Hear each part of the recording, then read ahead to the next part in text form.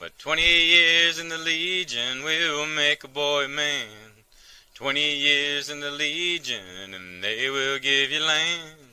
20 years in the Legion, you'll always have a home. 20 years in the legions of Rome. Just 20 legions of Rome. Hey, everybody. Welcome to How Shit Works, the show where we look behind the curtains of how shit works in the kingdom of Meridian. I am, as always, one of your hosts, Ulrich. I am a knight, a pelican, and a royal peer. I have opinions. I know that's stunning to some of you. Normally, I'm joined by the Knight of Kittens. The Knight of Kittens, this side, my bad. But tonight, he's not here. So instead, I have, as a co-host, Duke Thomas of the Mini Meetings. Welcome, your Grace. Thanks for joining us. Thank you. I'm glad to be here. Tonight is the 5th episode of our 7th series. This week, your first MGT, where we'll actually cover the process from I have this idea to, wow, we've been doing this for 17 years. We'll do this with tonight's guest, the progenitor of MGT himself, Duke Caspar Krieger. Hello, everyone. Hey, Caspar, how you doing? I'm good. How are you? Thanks for joining us. So I don't know if you know how many of our shows you've watched, but we have a drinking game. We made you give us a word. That drinking game works like this. First off, it's opt-in. You don't have to participate if you don't want to. You don't have to drink alcohol if you don't want to. It's all about if you want to do it. So we have 2 words or phrases. The first is list tree, given to us by Duke Caspar, and the second is armor or armored because Thomas hates my liver.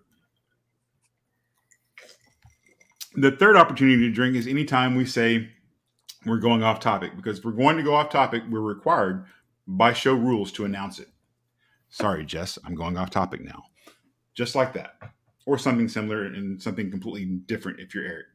All right. So we stole this game fair and square from Between Two Peers, which was a wonderful show that they ran out in the West. They are no longer running it, but we'd like to thank them anyway for allowing us to franchise it. A quick note to the audience before we get this ball rolling. We work through the questions that we have, but we also work through questions from the audience. So if you want to throw us questions in the chat, we'll be happy to cover those at the end.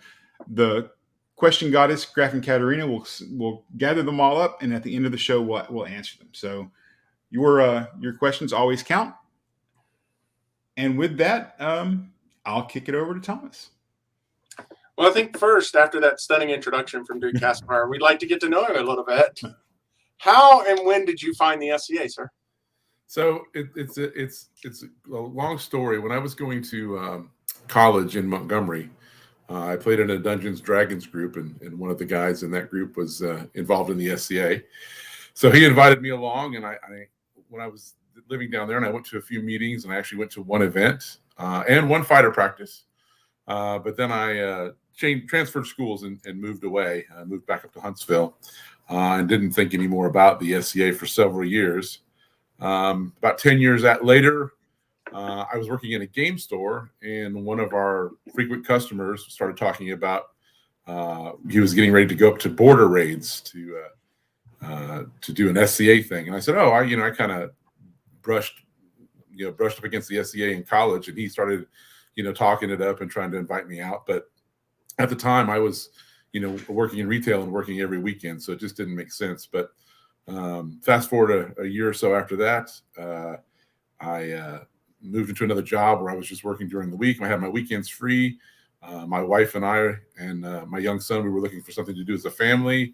So I thought about the SCA thing, and I told a couple of my best friends that, hey, I'm going to go try this SCA thing. And they said, hey, we've always wanted to try that too. Can we come along? So I drug Graf Ulrich and Sir Kedrick along with me, and we started playing in 1999. Although they say I started in 1987 because of my brief brush up against the SCA there. Right, because if you started in 1987, well, then it took you 15 years to get knighted, instead of 3. Fair enough. And that means I was faster than you by like 6 years because no, Congratulations. 3 years. If it helps you sleep at night.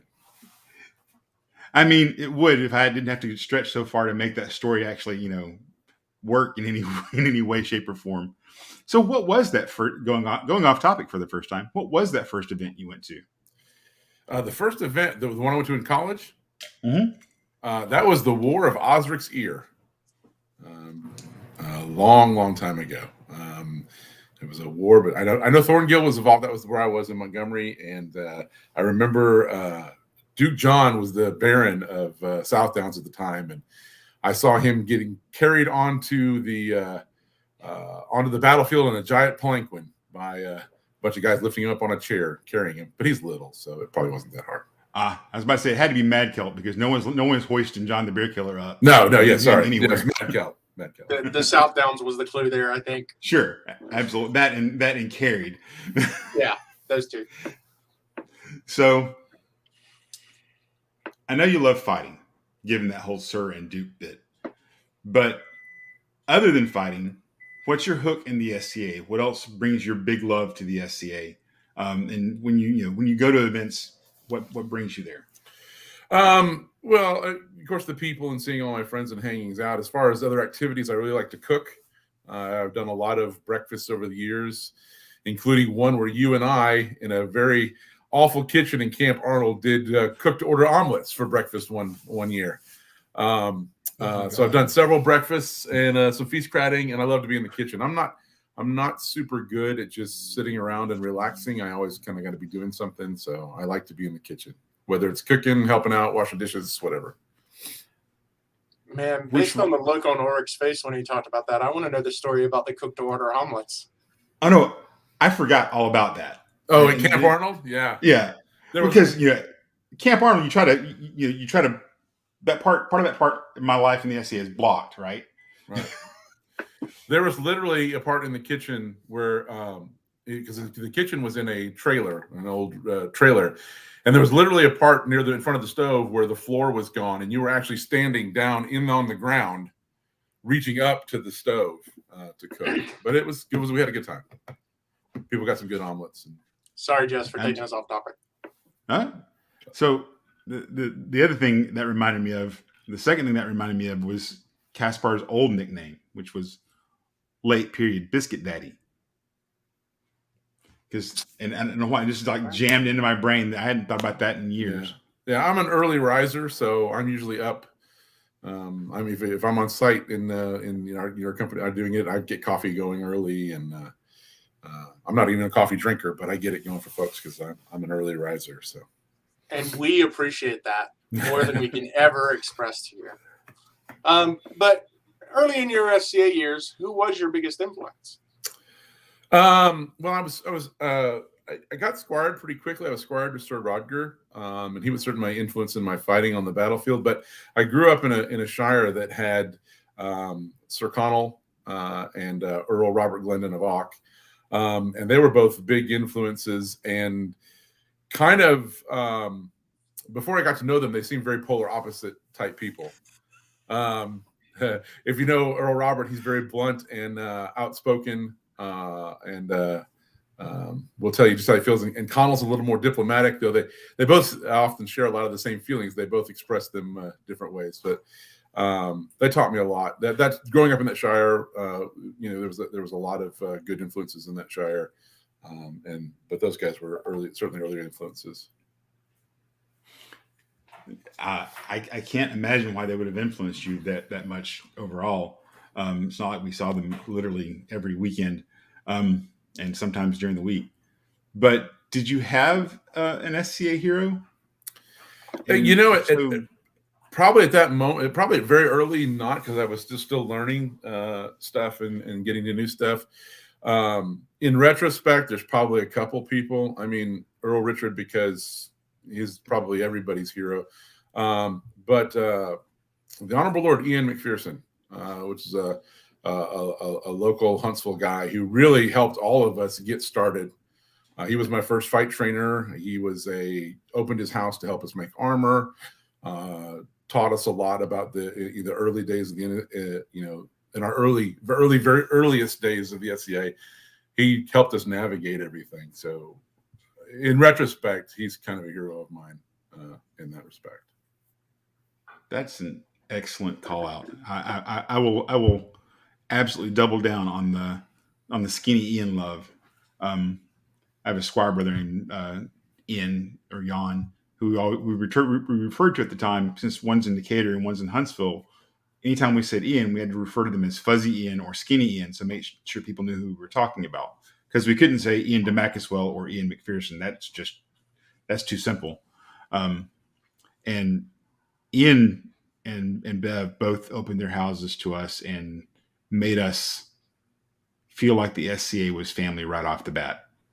And, and we're just super nice, and still to this day are. Awesome. Yeah, Ian is an awesome guy.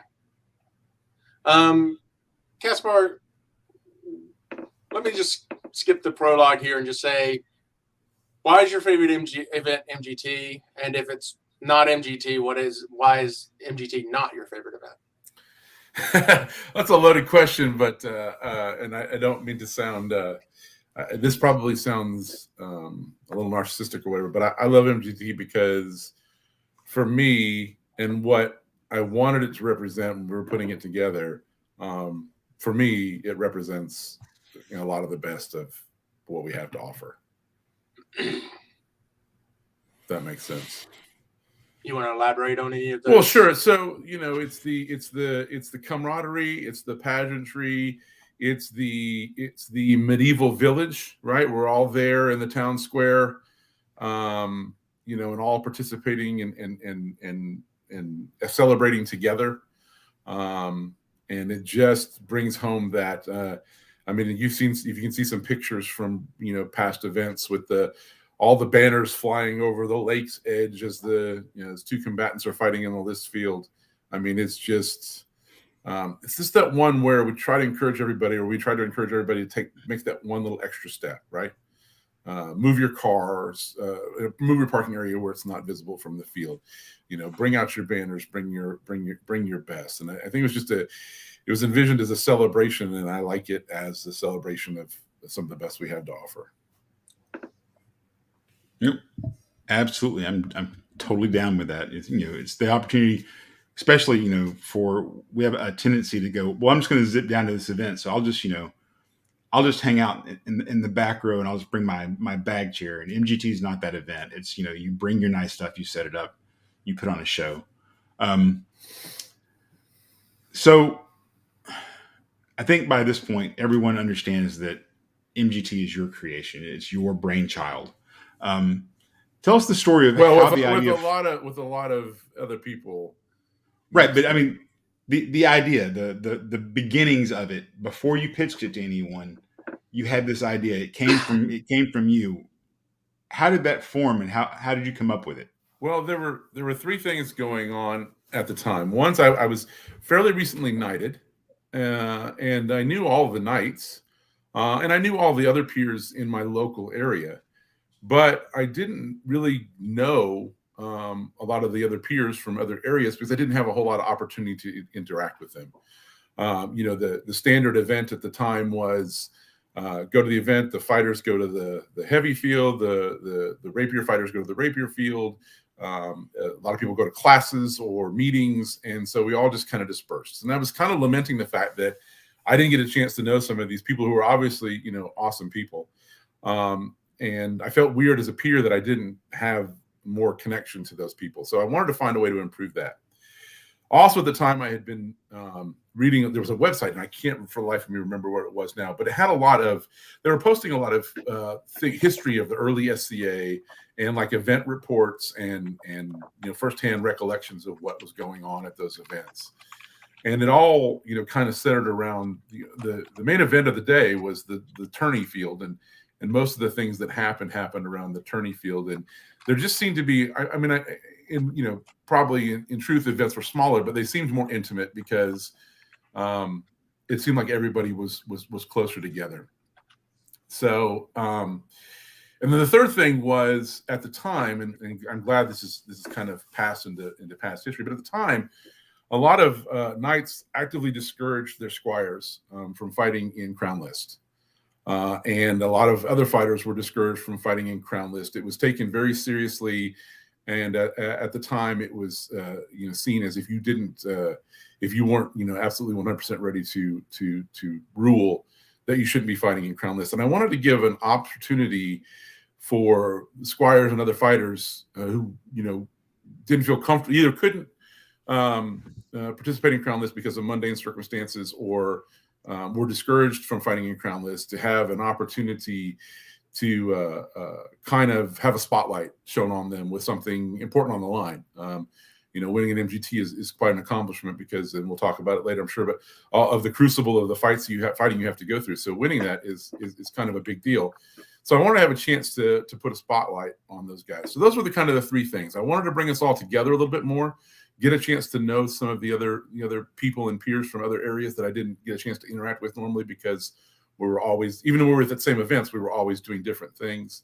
And I wanted to kind of reach back a little bit into the history of the early SCA and kind of pull some of the gems from that. So that was kind of what was going through my mind as I kind of started thinking about what we could do to make that happen.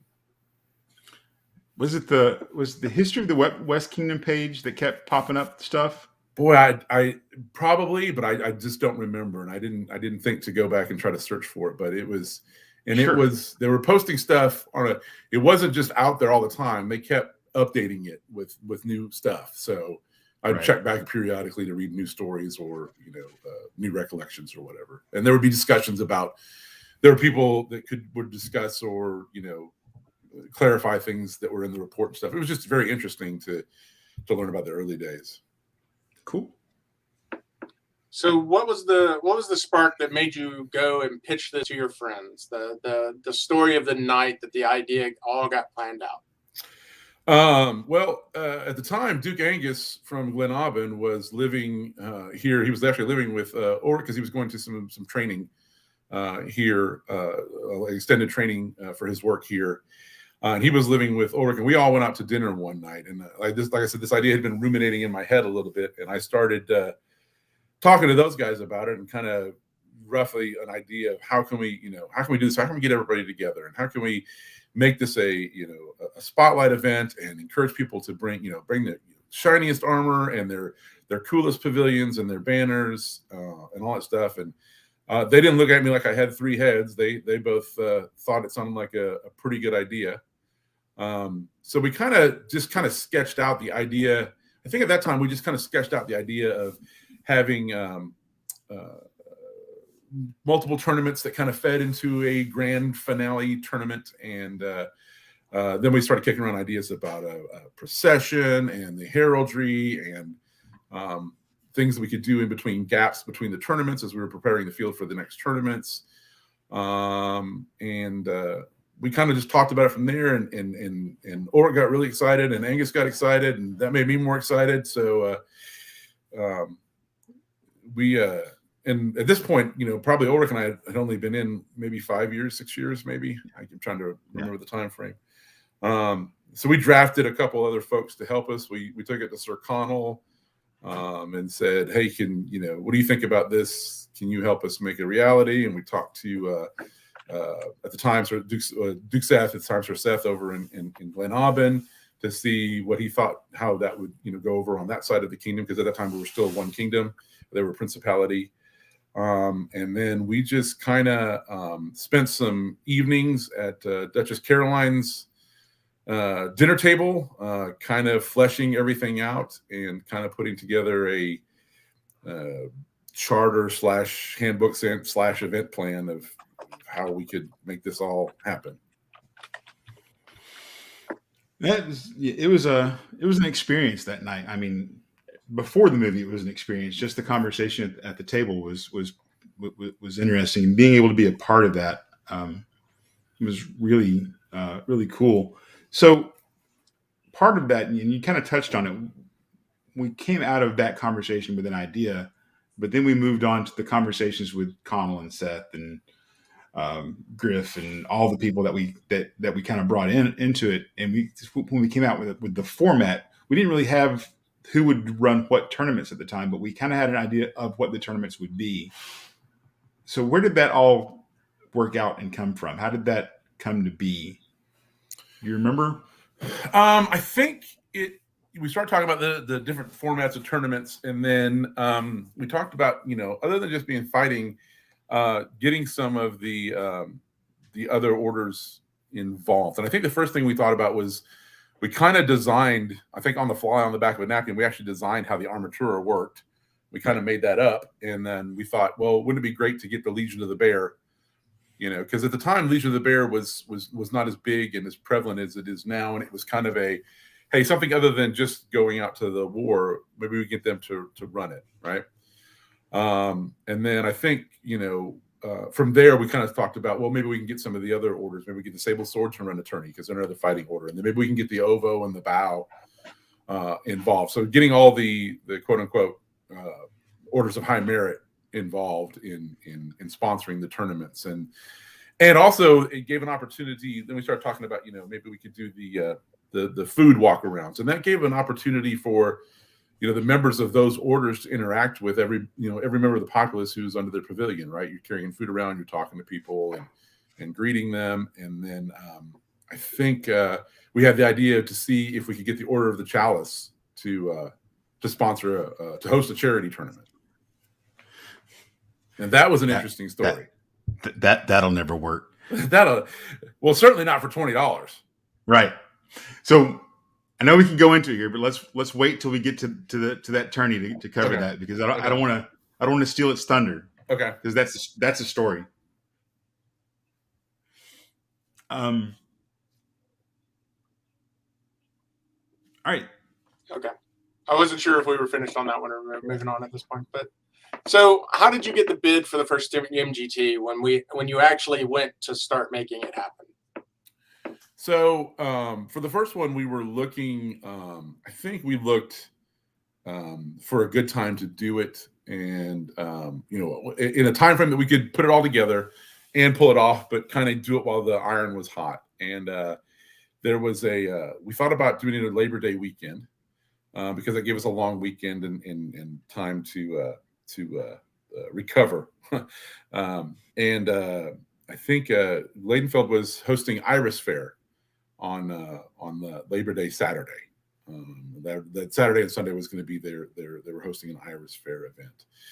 So we talked about seeing if we could sort of join forces with them, and they would have their Iris Fair, which is an ANS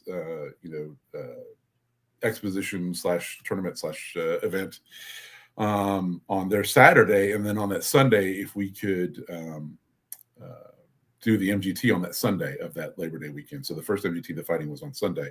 But we went up and met with we went up to the Leidenfeld meeting and kind of made a pitch. Ulrich and I went up there and with copies of our little event plan, and we hashed through some questions they might have or some objections, and we worked that out. And we kind of went up there and made a pitch to that group. Of course, we had already been talking to Griffin about Sir Griffin about the event anyway, and he kind of invited us to come up there and make a pitch to their group to see if their group wanted to do it. And thankfully, they mostly were all in agreement and decided to let us try this thing out as a co-op part of their event to try this thing out. And that was the first one. Ulrich, you got anything to add to that? So there was a lot of convincing that went on for some of the members that we had to talk with. My biggest two memories that meeting when we went to the pitch was a fighter practice and their meeting all at the same time. So you had the meeting, and you went off into the meeting portion while I kind of hung off to the side with Fiona. And then after the meeting was a fighter practice where you had either broken or forgotten your sword. So you spent the entire day fighting with a 38-inch sword, which is funny because you were missing everybody by like this much. It was awful. It's I don't know how people fight with those things. But no, I think that's pretty close. As I recall, there was a war practice on the day after the first MGT that, like, I don't know, 12 people went to because we were all so worn out. Yeah, I remember that. Like the the event was the entire Labor Day weekend, which, by the way, we completely forgot about how big Dragon Con was. Yeah, so we did. Oops. So, but we'll get to that all in a bit of a minute. But so that was a big concern we didn't think about at the first time.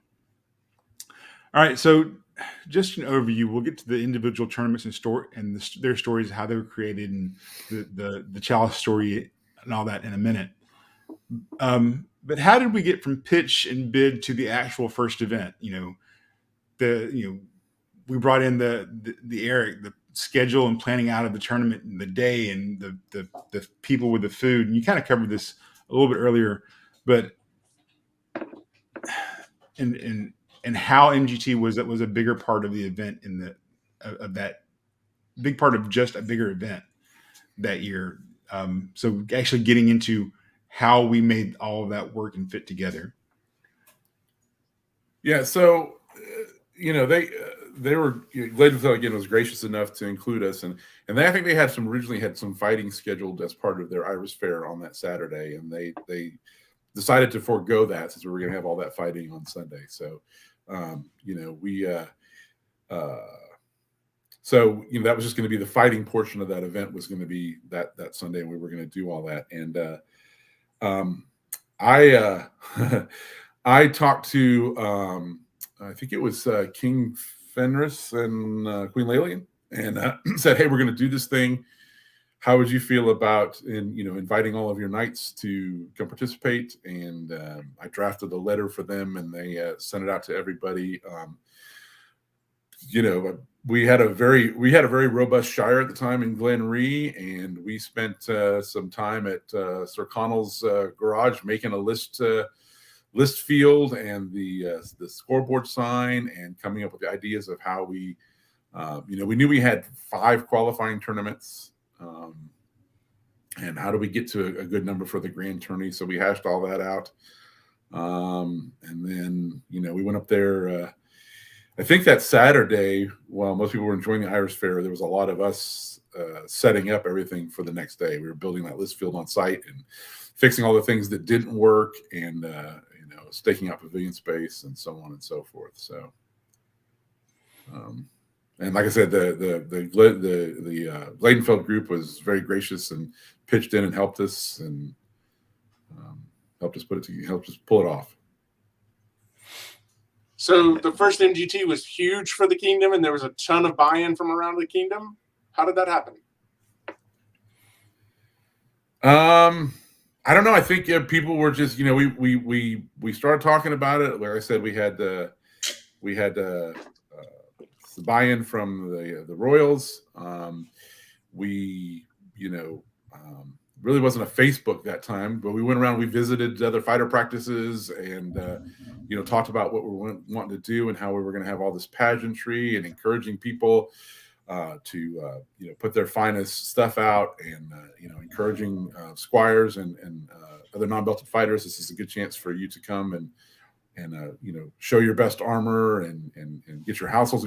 We contacted households and said, hey, this is a good time for your household to kind of show the best of what you got. And it was just a lot of word of mouth and banging on virtual doors, I guess, to get everybody into it. And there was some folks who were not excited about it because it was going to be a fighting only event and there was going to be nothing going on but at the field. And we tried to really say the A&S part of this is what you bring to show off at the field and what you carry in the procession and how you lay out your day shade and your pavilion, and we encouraged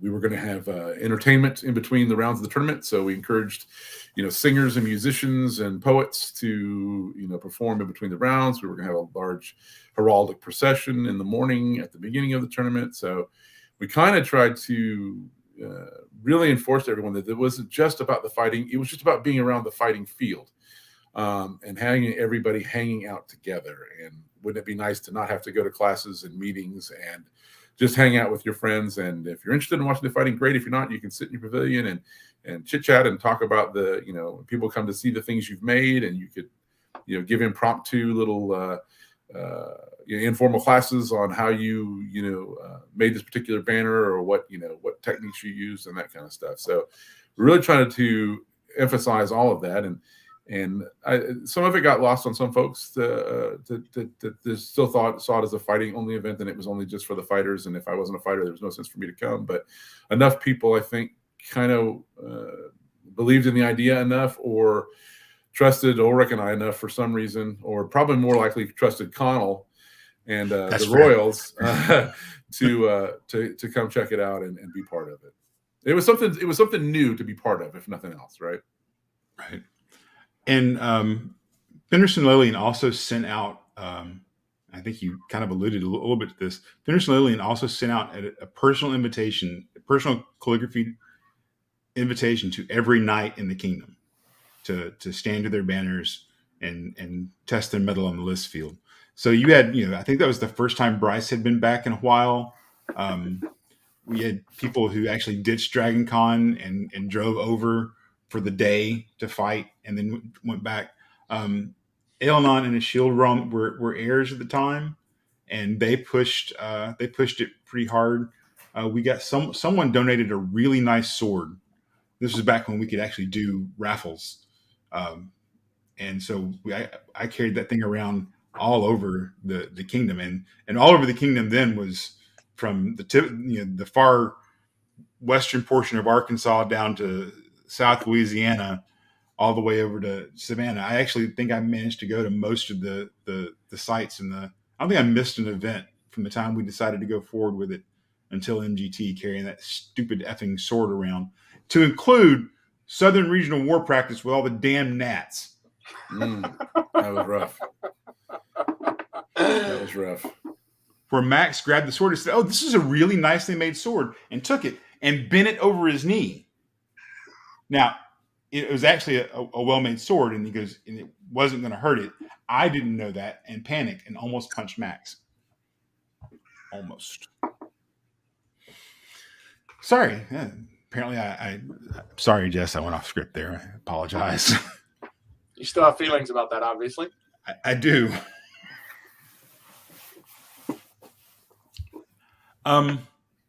But tell us the story of how that first MGT went. How did that day go? Well, it was that Labor Day Sunday. Woke up early because that's what I do. It was raining and misty, and we had an early start because we had a lot of fighting to get to. We knew it was going to take a long time, so we're trying to get everybody up and at them. Had to got most people up and ready to process, because we did a big heraldic procession that first year. We got everybody to come out and get ready, get armor inspected. We were going to do the procession and then do the armatura, and we had to wait a few 20-30 minutes for their highnesses, and once we finally got them, and it's really, I should say, to be more specific, we had to wait for His Highness.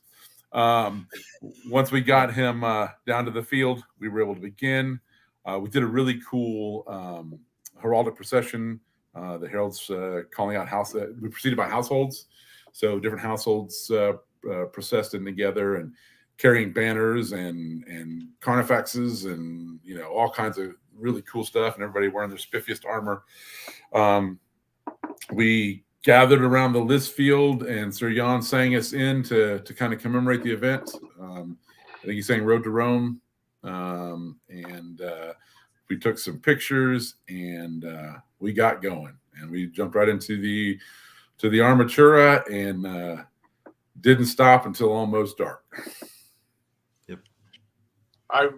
I remember the finals of the first big MGT tourney, and it was one of the more amazing fights. It was Radu and Duke Radu and Count Ray, and Oh my God, it was just an amazing, very long, well fought bout. And I remember people applauding after there was a pass. There was a flurry of blows and nothing landed. It was so well fought and so well defended that everybody was appreciating the skill that day.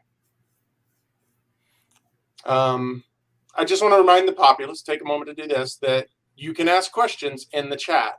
We'll be going to those questions after our prepared questions are done. So, Caspar, can you tell us the story of how MGT went from that first event, the way it was the first event, to a kingdom level event?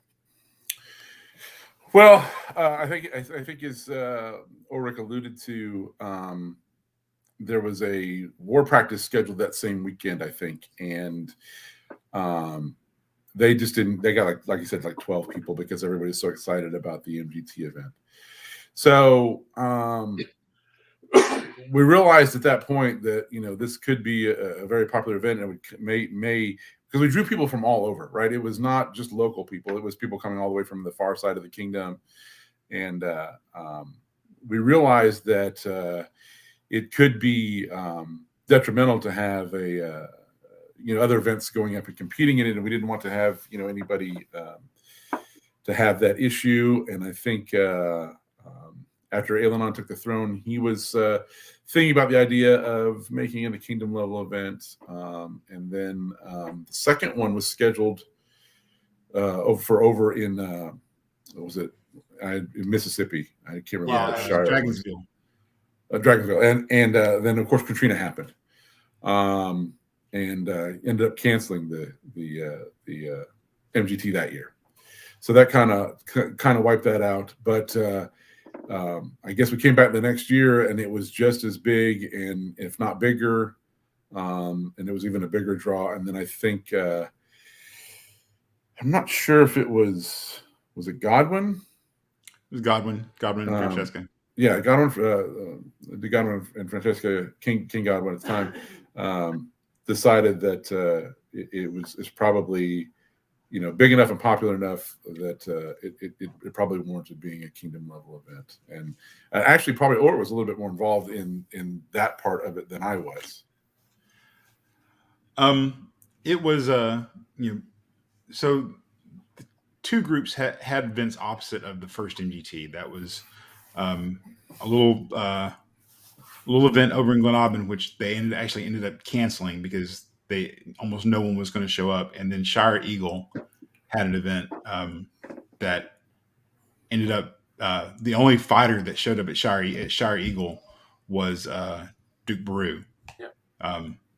And so when we started getting ready to plan the next one, those groups actually checked with us and said, when are you hosting this event? Because we don't want to schedule opposite it. And that's when one of the things we're like, if we're damaging other events by hosting it, and by damaging, I mean, no one wants to host against it, which is a great thing for your event, but then it needs to be protected, because if a smaller group comes in and starts to try to have one and then has one and puts it against MGT, that could push them under if it goes poorly, and we didn't want to damage other events. And it was always the idea that MGT was going to be it didn't belong to any one group or shire. Right. There was going to be different hosting groups or different hosting, because the second ones was actually not. I don't think it was in the shire. It was the companions. Right. They were going to. Right. The household was basically going to host it for the most part. So that was also one of the ideas. Sponsored by shire, but yeah. But there was never going to be a single shire's event. The plan was always for it to move around. All right, so we got a lot left to cover, and we're closing in on MGT 2021, which, by the way, will be on September 25th. Do what you need to do to get prepped to go to this event. So we're going to make a little change, and we're going to start talking about the event itself, prepping people to go, giving a little history along the way. So what do I need to do to prep to go to this event? If I'm getting ready to go to MGT on the 25th, what do I need to bring?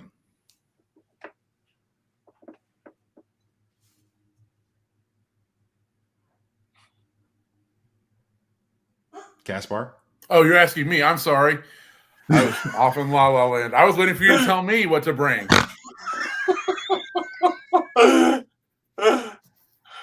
Well, you're gonna need your list tree shield. You're definitely going to need your list tree shield if you're a fighter. Definitely going to need that. Yeah, well, so remember, this is the time. I'm totally sorry. I thought you had a checklist and you guys were going to talk about that. I didn't know it was me. The idea is it's supposed to be your best and your brightest, right? So that thing you've been working on all year that you wanted to show off, that piece of garb or that bench that you just made or that chair that you crafted in your wood shop or that whatever you want to bring that stuff. You need to prepare your list tree shield. You don't want to be the paper plate fighter. You pop up the list again because I don't remember.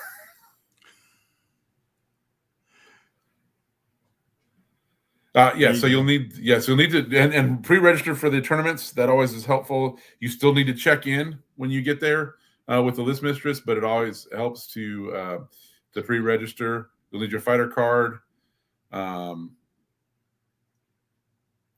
water and snacks. This year we'll need face masks, and this year is at a dry site. Don't forget to pre-register for the event as well using SCARS. That was awesome. So I'm a terrible preparer myself, so I usually my Duchess prepares for me. So, and you'll need to bring your armor. Yeah, you need to bring your armor. And a great weapon, whether you normally fight with it or not, to fight in the Great Weapons Tourney, or even a pretty good weapon.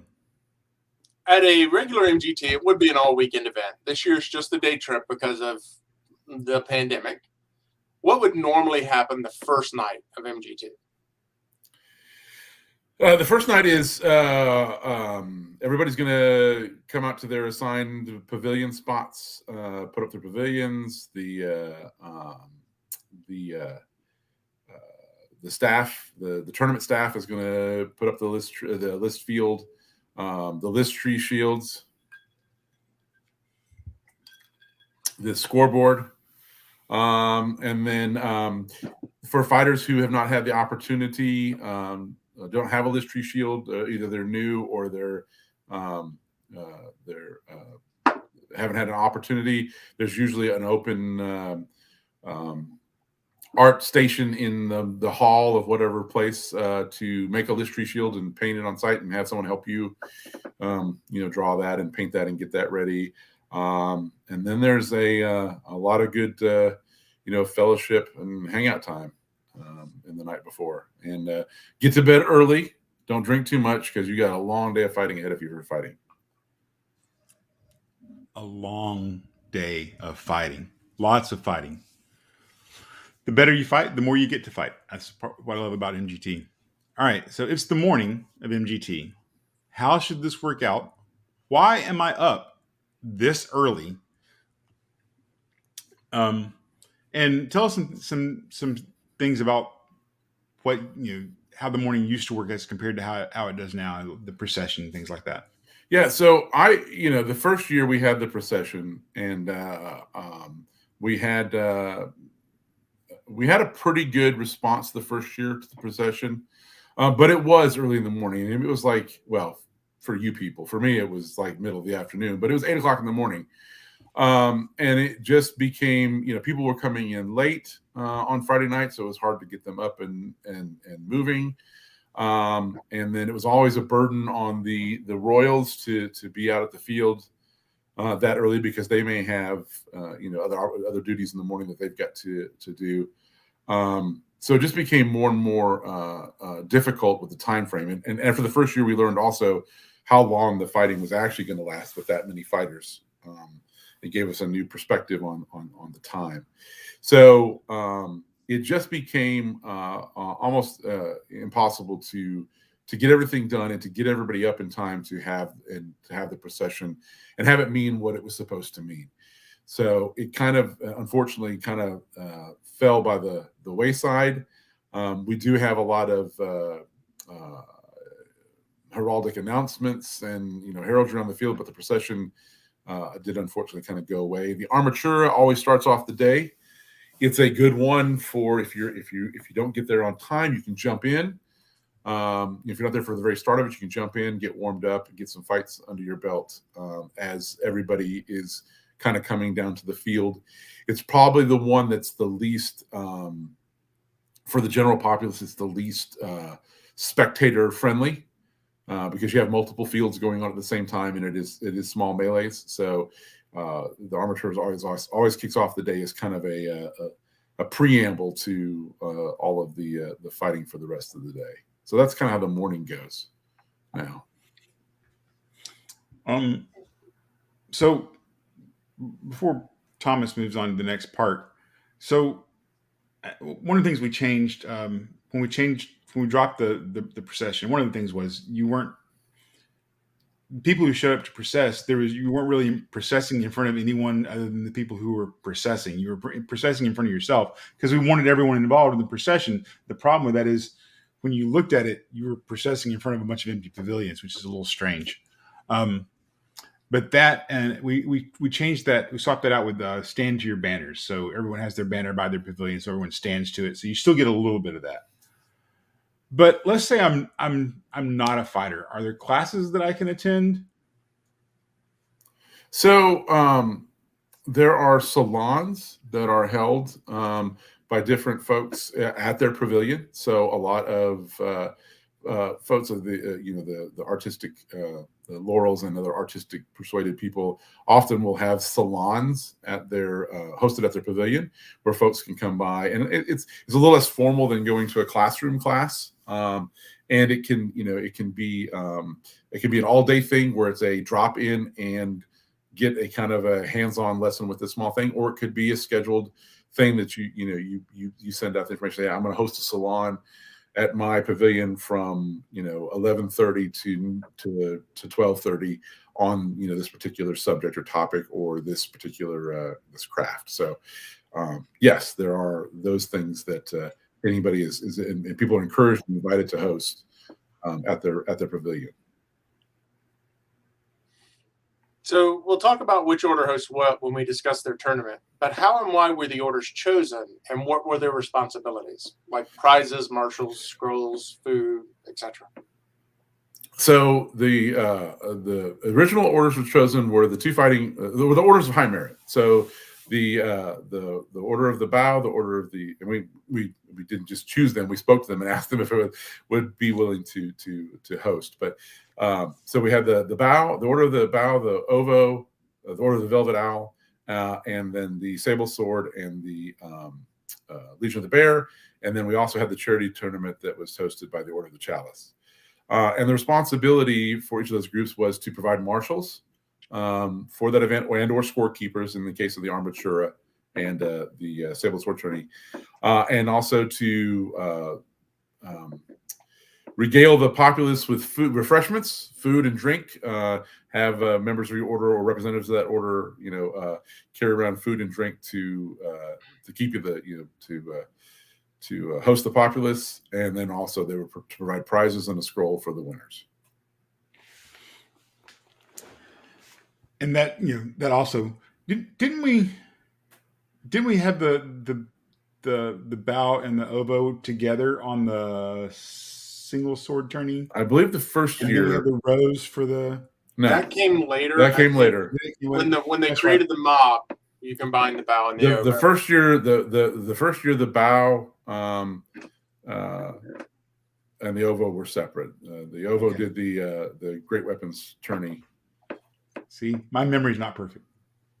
I know we're all stunned. And the bow, I think the bow was the single sword, the single sword tourney, and the ovo was the great weapons.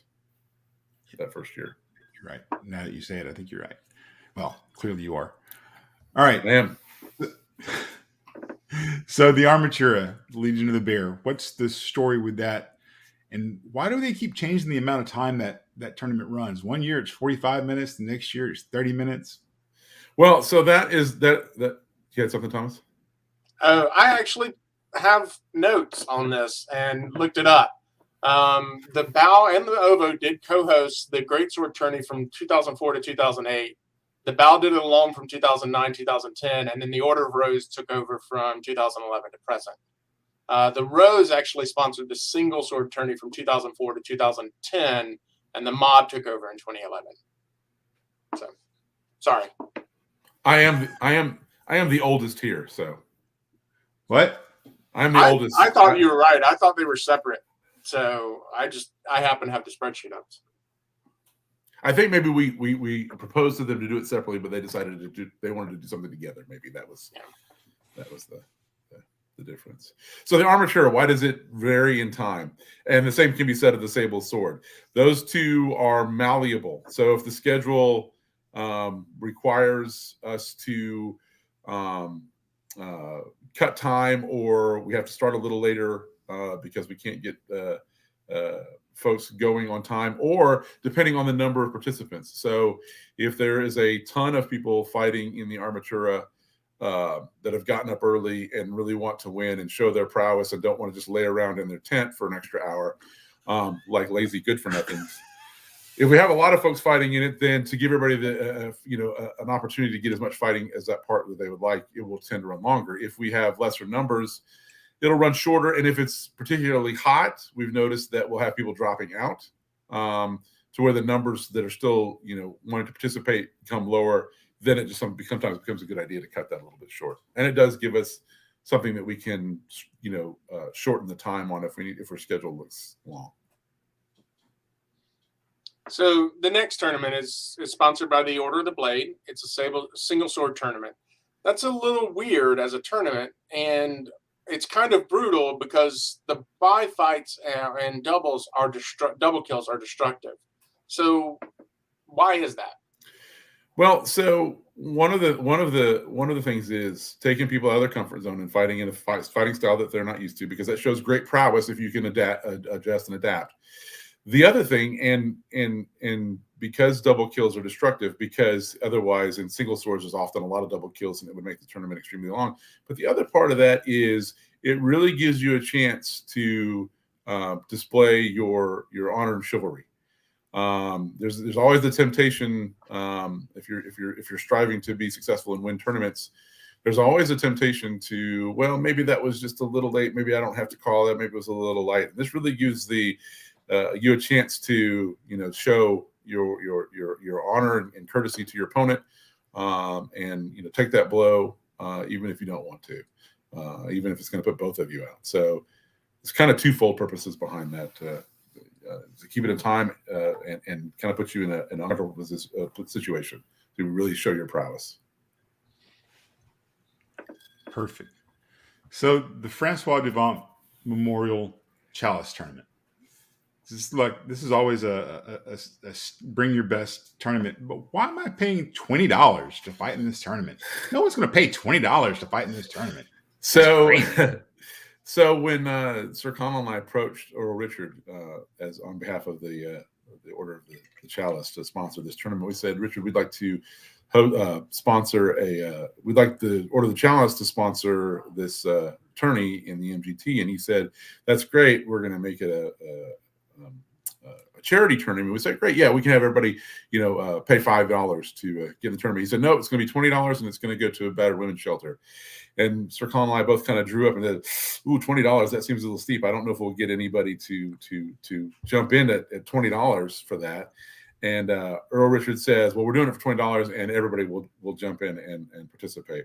And I learned what a knowledgeable and wise man he was after that, because it was a rousing success, and we have raised thousands and thousands of dollars for battered women's shelters. And one of the things I'm probably most proud of, which had nothing to do with me, but it's one of those things I'm most proud of about what MGT does.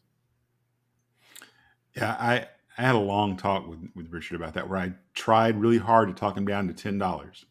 He understood every point that I made and let me know that if they were going to host that, it was going to be $20.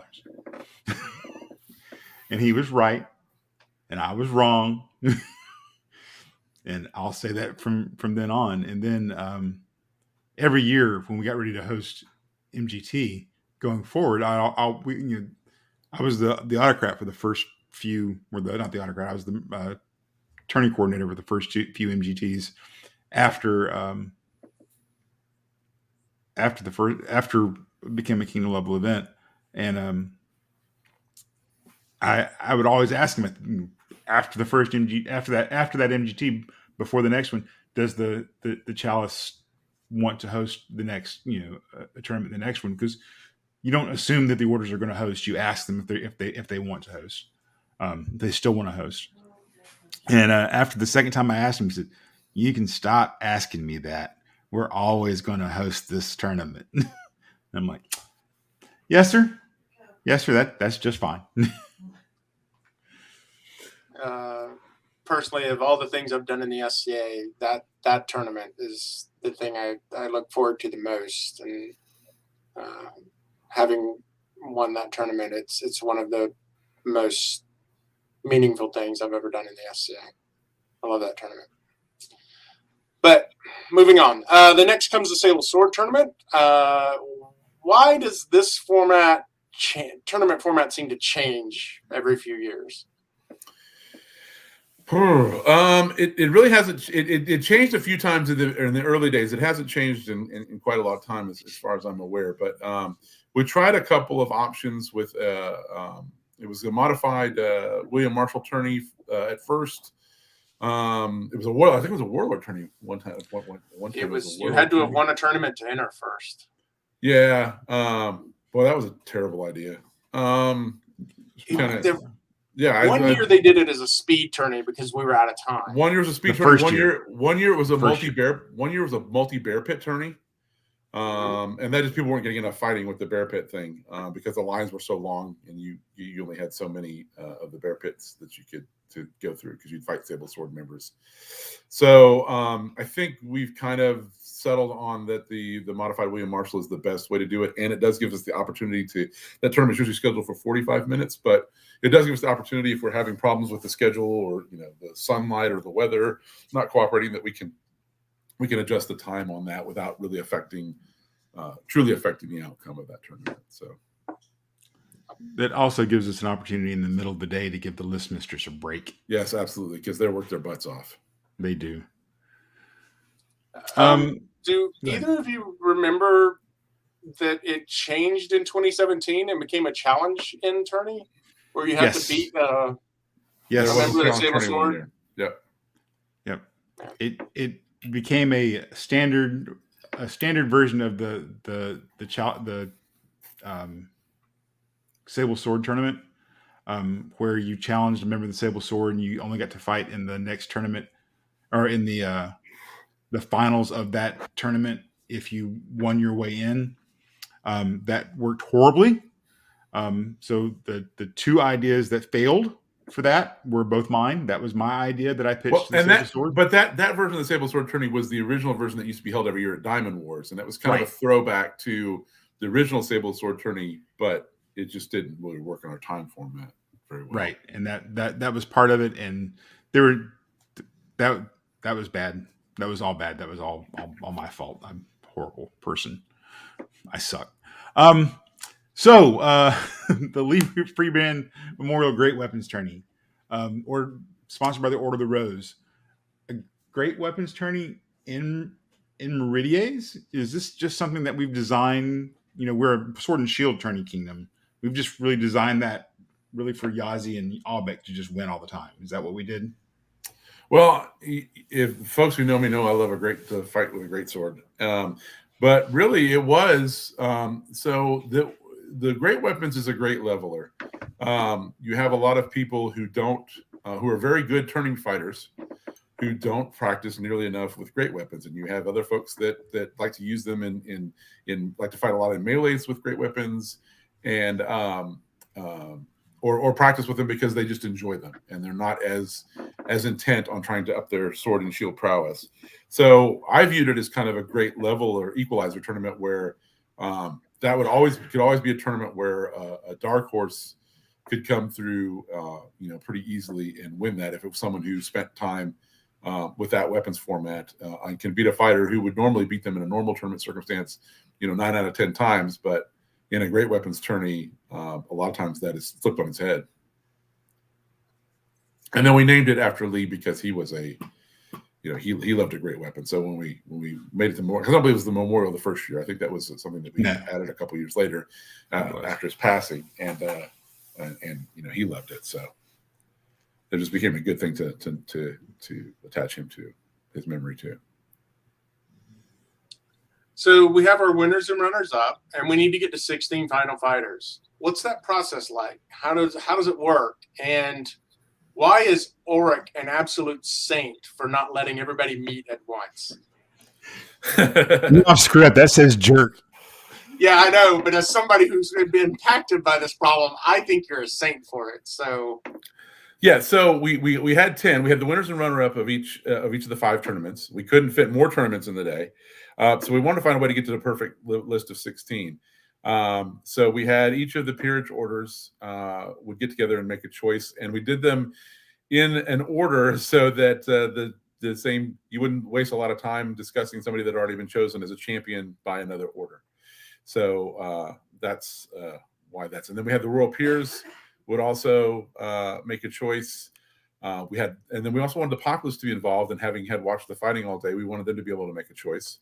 Which I don't think that was the first year. Did we have populace choice the first year, or we had the first year we had Fate's champion. Fate's champion. We had a random draw, but we thought it would be better after that to involve the populace and have them vote for a champion to get all the champions. And then I think we have the order of the blade chooses the champion now. Correct? The what? Yes, the order of a blade. Order of defense. Order of defense. Sorry. Yes. Yeah.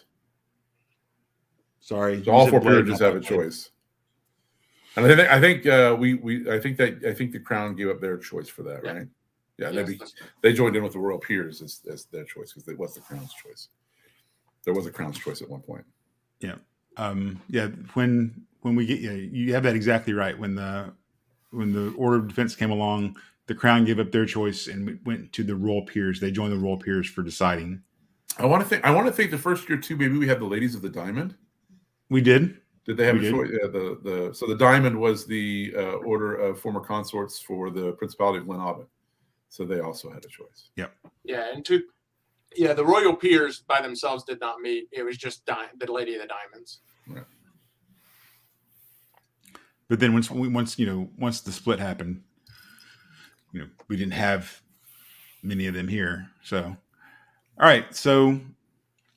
The next tournament is the Earl Richard Rafin Memorial Champions Tournament, which the Order of the Chivalry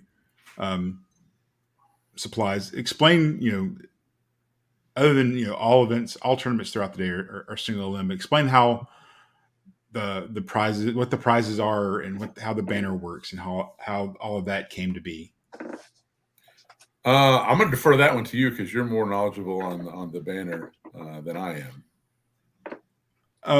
So it was your idea to have the banner transfer year to year, right? And I think Mistress Maudlin, did she make the first banner? Maudlin made the first and the current banner, right? Which will be retiring at the end of this year. What?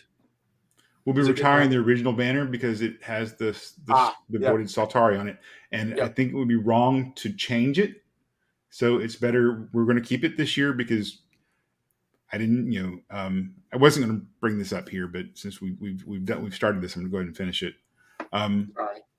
It's better that way to just have another one made. And I'm going to ask Maudie not online. I'm going to ask Mistress Maudlin, since she made the first one, if she'll make the second one, and it will have, because I want it to be as close to that one as we can. There were only 2 populace badges at the time. There was the voided Saltari and the Unseal M, and so we'll have it made with the Unseal M. Wow, you sneaky! Jess is awesome. And then the previous winners, I order I have Sir Omerod out of the Middle Kingdom runs a flag side business, and I order new banners from him. So the winner, explain what the winner gets to do with the banner. So the winner gets to carry the banner for wherever they go for the next year and fly that banner as the grand champion of the Meridian Grand Tournament.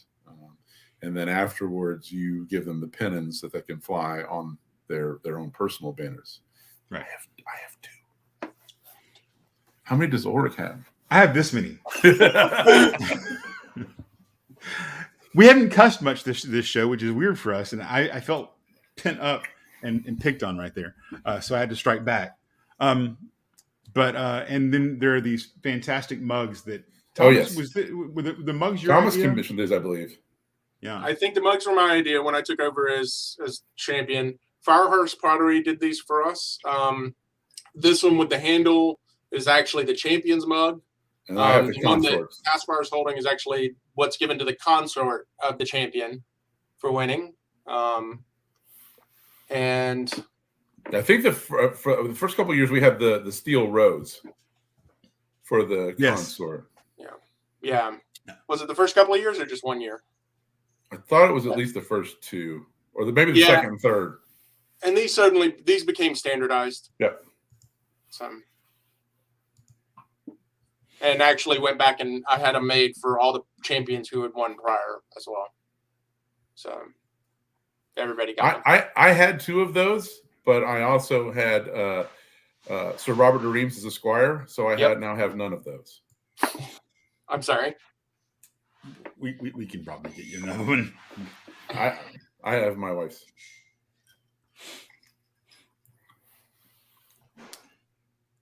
I cheated because I just bought a whole bunch of them. So like when my first one broke, I just.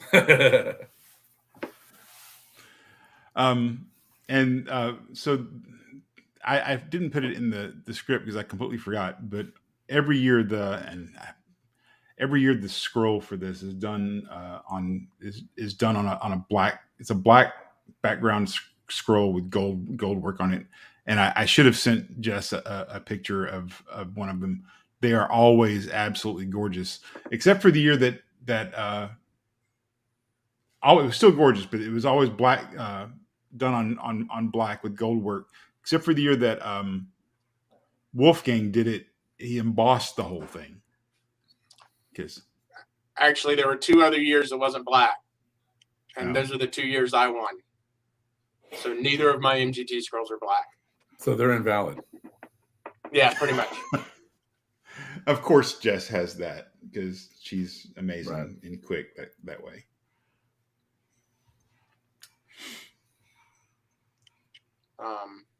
Sorry, I got completely distracted at that point. So that was done by the one she just showed is done by Veronica DeLuca, by the way.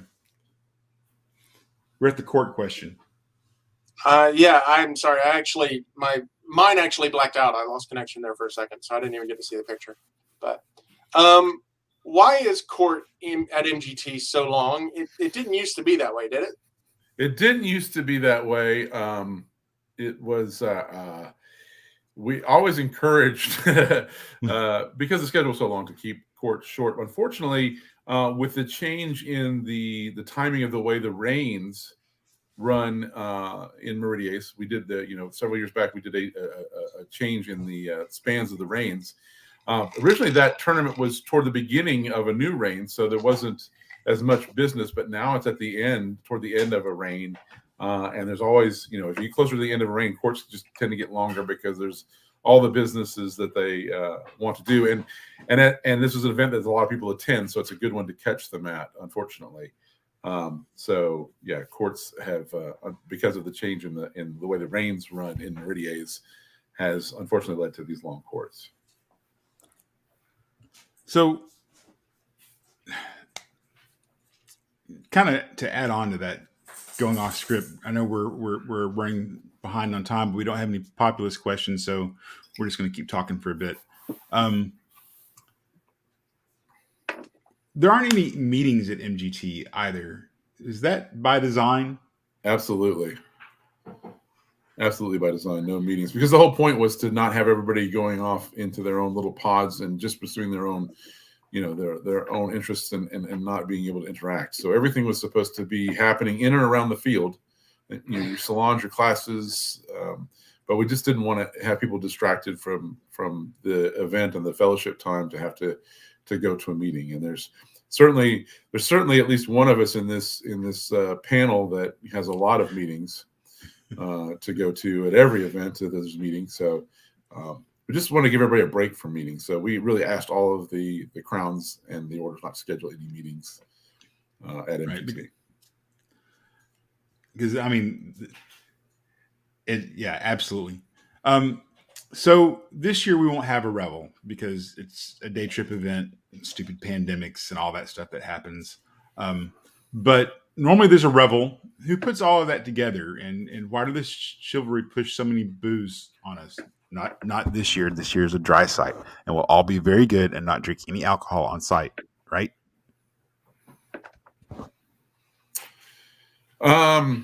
Well, the idea was that the Order of the Chivalry would, show our largesse to the kingdom and to honor all of the great fighting that we had the privilege to watch during the entire day by hosting the revel. And I don't know why we push so much booze. People say Listry a lot. I don't know. That's fair. I have a brand new refill in my Firehorse Pottery mug. It's a Firehorse Pottery night.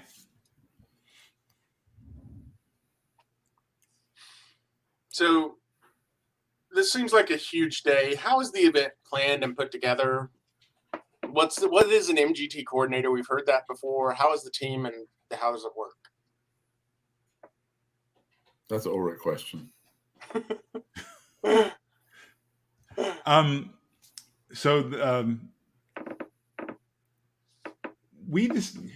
Were you on the throne when we decided for it to try to make it a kingdom run event? Well, when it was made a kingdom level event, I know that the idea was to have the tourney coordinator because they would respond to the marshalate, right? So they were a member of the marshalate and responded to the kingdom Earl Marshal because it was the Grand Tournament. Right. Specifically to keep things, it was specifically done that way to keep things separated. The tourney was run by the tourney coordinator. The event was run by the autocrat. But we ran into issues with several groups where anytime you have a group hosting an event, they want to put their stamp on the event in some way, shape, or form. It just happens. And the other thing that had happened, and that, so your tourney coordinator and your autocrat started butting heads in some situations, mainly because I'm stubborn. And so that became issues. And then if the tournament coordinator doesn't work for the autocrat, but with the autocrat, then it also ended up putting your Earl Marshal and your Kingdom Seneschal at odds. Because if someone tried to change something with the tournament, they went to the tournament coordinator went to the Earl Marshal, the autocrat went to the Kingdom Seneschal, and they argued or tried to work it out or whatever the case may be. And it caused some tension that MGT didn't need. So also about this time, shortly after this, one of the reasons for the pitch to combine them was we had lost a little bit of income from not hosting Gulf Wars anymore. We were still a member of it, but now the split was 4 ways instead of 3. We also lost the Kingdom's take of the member discount thing. Right, and we lost the Kingdom take of the non-member surcharge. So in an attempt to bring more money into the kingdom, because for until the combination of Crown List and until the combination of Artsy Crown, MGT was regularly the largest event in the kingdom. That was a kingdom level event, and so to keep that from being split, and to allow people from all over to work on the event, it was all combined into an event run by the kingdom, where the kingdom itself actually hosts the event, because all events have to be hosted by a group, an official group. So the kingdom hosts the event. There's a kingdom level office which is called the Meridian Grand Tournament coordinator, who's the autocrat and the tournament coordinator. So there's no issue there. There's no butting of heads, but there's a very long and in-depth handbook on how MGT works and how it runs and how it all stays. And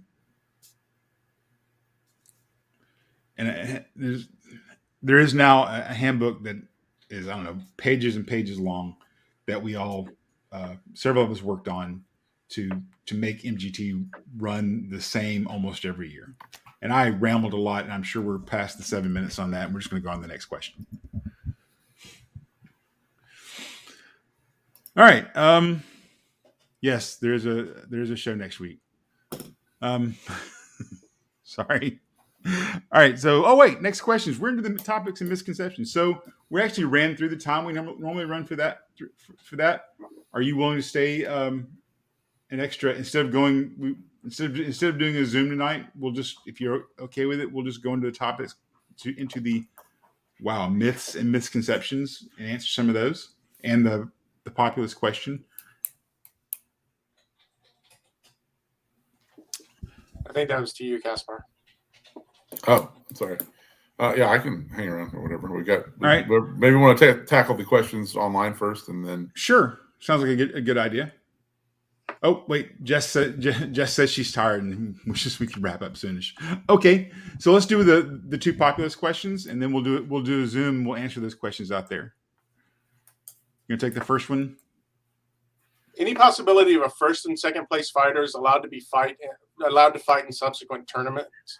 If they place in another tournament, why could they not be allowed to choose which tourney they wish to represent and allow a third or fourth place fighter to represent the one in the champion tourney?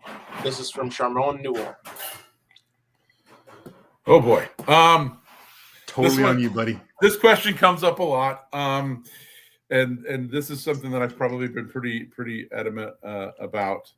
That again, one of the original concepts, remember, was to allow fighters a chance to spotlight themselves outside of crown lists. So allowing there are some very good fighters who could win 3 or 4 of these tournaments, but it just doesn't. Even if they're vacating their spot and allow somebody else, it does take their personal glory away, and it feels like they've you got to advance, but you're really the third or fourth place player. So from my perspective, it's always been about giving as many fighters a chance to shine and have their spotlight moment, and instead of watching Duke Caspar or Duke Thomas win 3 or 4 tournaments and then let somebody else, and really when I say Duke Caspar, I really mean Duke Ailenon, but or Duke Max. So there's really just an opportunity to let everybody else have their moment. So historically speaking, we have had someone give up their spot. In the very first MGT, Duke Gareth gave up his spot because he wanted to continue fighting the rest of the day. He did not qualify the rest of the day. He got to fight in all the other tournaments, but he didn't get to fight in the final tournament. So, careful what you wish for. I believe after that, though, we decided that you couldn't do that. Yeah, I think somebody else tried to do that, and the crown told them no. Yeah. So if you don't want to fight in the if you want to fight in all the other tournaments, don't win. I'm not saying take a dive. I'm just saying don't win. Sorry, Jess. I didn't mean to throw you under the bus. I just saw it and read it. I'm a horrible person. So the last MGT was huge with many, many wonderful fighters.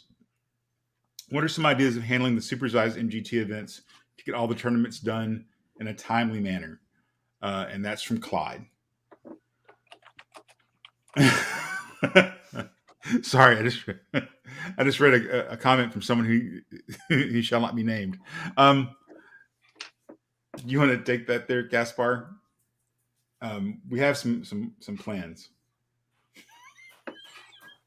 I'm not currently involved in running MGT in the last couple of years, so I'm not sure. I mean, so one of the things that often comes up, at least to try to speed that up, is let's run multiple fights of the spotlight tournaments at the same time. And again, that goes against the premise that when you're night fighting, especially if you're a knight, you should be watching the chance to watch everybody else have their moment and see their prowess and see their honor that they exhibit. So we didn't want to steal you don't want to steal those moments from anybody where they could do something amazing. So we don't ever want to try to lump everybody together and just have them go faster. And it also detracts from the heraldry and makes the job for the list mistress harder and the heralds. So to get the events done in a timely manner, the first thing is that everybody should get up when Caspar gets up. We'll be done by like 2:30. I found that having an autocrat from the Eastern time zone host an event in the Western time zone, in the Central time zone, tends to make things go faster as the autocrat panics, saying, "We're an hour behind. Hurry up!" The whole day. This is also true. One of the things that I've pitched, and we actually haven't met with the list mistress yet about this year, because some people asked me to look into just this issue. We're going to do away with my plan if it's accepted. It's not my choice; it's the autocrat's choice. My plan, if it's accepted, will be to drop by fights. The list will run from the top down, and if you're the last person where you would get a bye, you just get a bye. You just skip to you're the first fighter in the next round. That, and one of the slowdowns, and this, if this works, is we'll do away with some of the issue of having to draw out the tree ahead of time. And the big one, the one that's going to help a lot, is the heralds are going to call you 3 times. You'll get your 3 calls, because your list tree will be on. And that's 3 times I've said this word. Will be on. Your shield will be on the list tree, so you have a chance to know that it's your turn to fight. You'll get your armor up, your make ready, and your take the field. You'll get one more call while you're out there, and once that quad of 4 fighters ends, if you haven't, because we only do 4 fights at a time, right? 1, 2, 3, 4. Once all the other ones, we'll skip you if you're not there. But once the other 3 fights have happened, if you're not there, you're gonna get an automatic loss, and the person who came out will get the win and move on. Because it's the only way that's fair. We've had issues where we've called someone for 5 minutes, where the entire tournament stopped waiting on someone to get their armor on. And that's fine. That's why we have the armatura early in the morning, so you can get ready. So that's one of the ways to get past that. Who takes their armor off? Some people take them off, take their armor off between. Oh. It gets hot at MGT. If you qualify early in the day, you don't have to do that. Right. You can take it off, and then you don't have to put it back on until the very end. Right. The other thing is, I haven't cleared this yet, but I'm going to try a way of making sure that if you don't, like I said, if you don't show up for your fight, you just forfeit. But that will also fix some issues. We have some issues late in the day where the Great Weapons tourney, people drop out, but they don't tell the list mistress.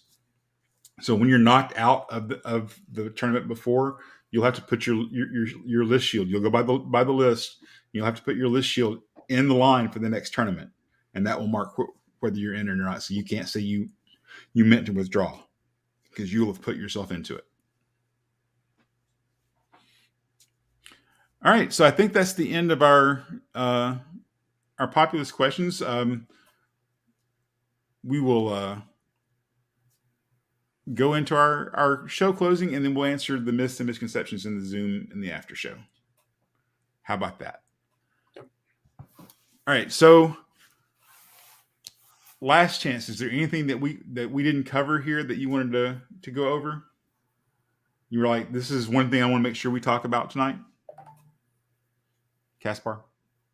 I don't really think so. I mean, I want to. I mean, You especially did a fabulous job during those early years of keeping this event on track and keeping it going. So I want to thank you for that. I'm an idea man, but you are probably the reason that this tournament still exists today. So well, I'm just going to sit here and be quiet. Let Thomas go to the next bit. Thank you. So, are there any shout outs, any other shows to watch, people doing good things in the kingdom you'd like to point out, Caspar?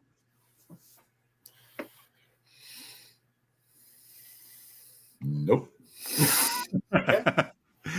He doesn't do a lot of ESCA stuff. That's you got fair. anything, Thomas? I just want to say, continue to support your merchants. They're having a hard time right now because of the pandemic, closing down a lot of events. A lot of them have been hurt by cancellations, and now with October Gulf Wars being canceled, they're rough. Reach out to them if you need a mug, they're still there. Reach out to the potters. Reach out if you need a T-shirt. Reach out to Ren Arts Designs. Yep. They'll still sell you stuff online.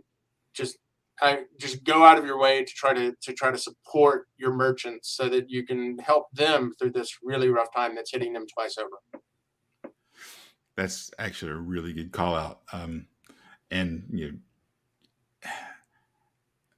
sounded weird. A weird thing. It actually gave me a good idea. So Between Two Peers used to run a break in the middle of their show where they would run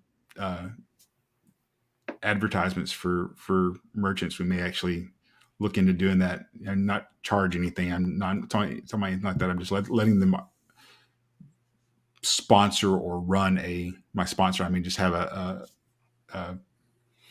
commercial in the middle of the show or something. It's a really good idea. Anyway, my shout outs. So not as a get back to Caspar, I actually had this planned in here. MGT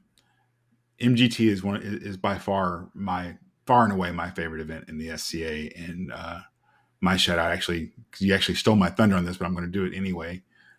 My shout out is to you for the creation of this and the idea, being that idea man and that person who backed me up as a young squire, pushing some of this stuff, and gave me that the chance to do some of this and help this event become what it has been.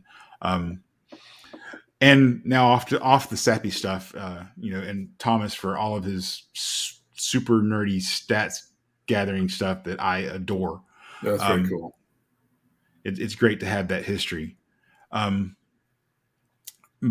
my strong standard SCA shout out is going to go to Coach's Corner and Branos and Elnon and Sean and all the guys there that are doing the sometimes unthankful work of keeping training and fighting knowledge going when we're not get together as much. So thanks to them for that. All right. So thank you, Your Grace, for joining us tonight, and Your Grace for joining us tonight, filling in for Eric and for being our guest. Of course, thanks to our support crew, Jessica, controller of all things vertical and horizontal.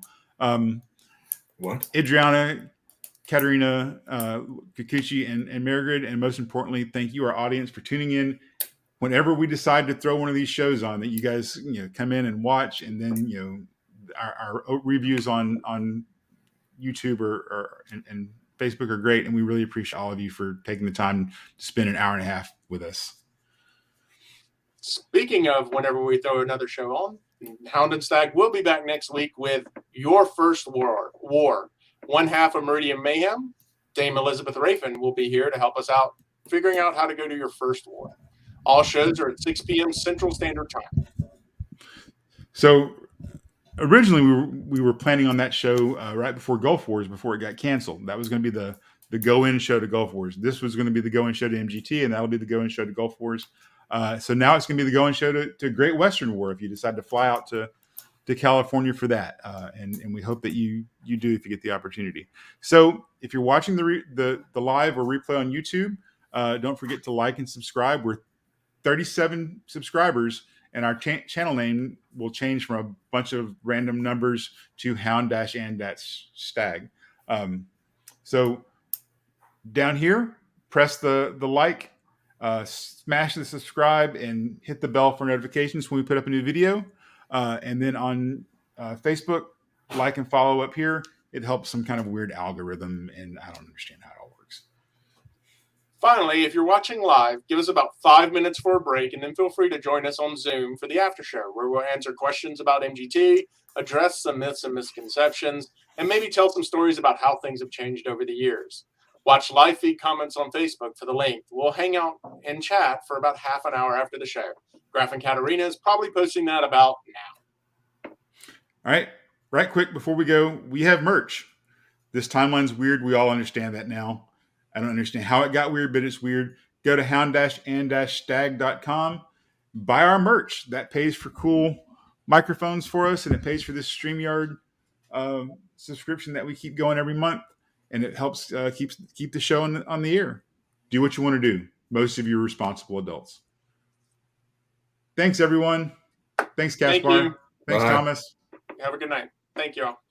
And if I die in battle, tomorrow I'll be home, though it's 70 days march to there from Rome. But a soul travels swiftly on the night wind, and if I die in battle, I'll be home again.